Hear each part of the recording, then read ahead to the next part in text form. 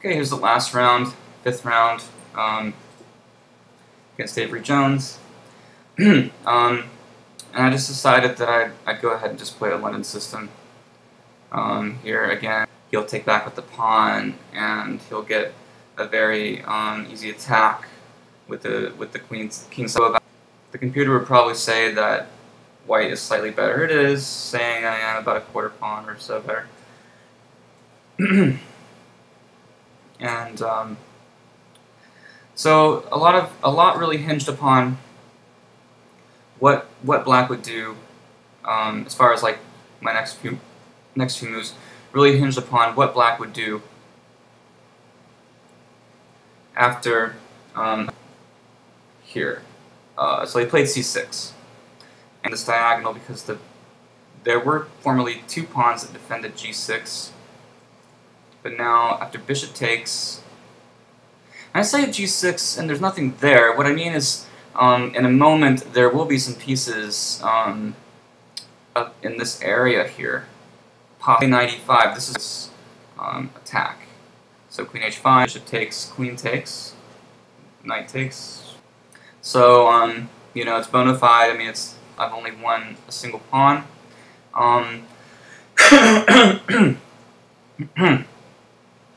Queen f7 now, but I'd castled, thinking this would be good. I've got the open file. The king and queen are on that file. He plays king c8, and apparently here the f6 pawn. It's actually pretty easy to see this idea. So there are a lot of ways, you know. Let's see what black knight takes, or no, probably knight takes or something like that.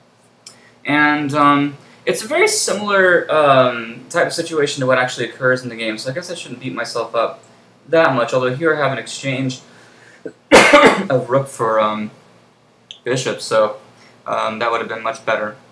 I wasn't actually thinking that far at things and looking at the responses, and here I just thought, well, you know, I mean, I can't possibly be worse. I'm already up a pawn, I'm going to win another one. But I go horribly wrong here with knight c5, because now after bishop takes, I have to take with the queen. I just didn't realize that, so I have to take with the queen, and then knight takes, pawn takes. And you can see my 4-pawn advantage, according to the computer, coming down to a pawn and a half. And because I'm up an extra pawn, this is meaning that the other features of the position are amounting to about a half pawn. So after e5 leaves, for example, to fork the rooks here, so I've got to keep an eye on that. Here's recommending I want to play against his pieces like the board e4. But it also lets my bishop come back, so it's a dual-purpose move. I like that. King c7. Again, yeah. I mean, if I played f4, if I played f4, he doesn't have to take. The pawn can take, and then the diagonal's closed. It's a bit tenuous, but now he has knight e4, and I don't like that. So it's probably a little more passive to play this, and you know. The evaluation comes down like about a tenth of a pawn because of it, so it can't be too awful. Bishop h4, and bishop h4 is to get the rook behind the f pawn, so just to kind of tie that rook up and threatening to double. I know it's not going to actually happen. My opponent's playing pretty well here to the rook, which would be nice. So he kind of plays against that, and I'm feeling good about this. And covering the light squares, but he can advance his own pawn to h5. I was thinking that if I played g4, and he probably could have played h5, but he plays b6, and bishop d2, attacking the h6 pawn. He's defending it. And I was thinking of h5 then g5. d3, and I guess black is just coming in. So That looks good. If things, I should have played h5 probably right away, but I decided to advance these pawns and try to get something going on the queen side. I didn't realize, you know, he can actually play c6. I don't know. Hoping I didn't see that, but I didn't. So as soon as he didn't play it, I played it myself. And the reason is h5. He has to keep his rook eyeing the pawn. Rook d6.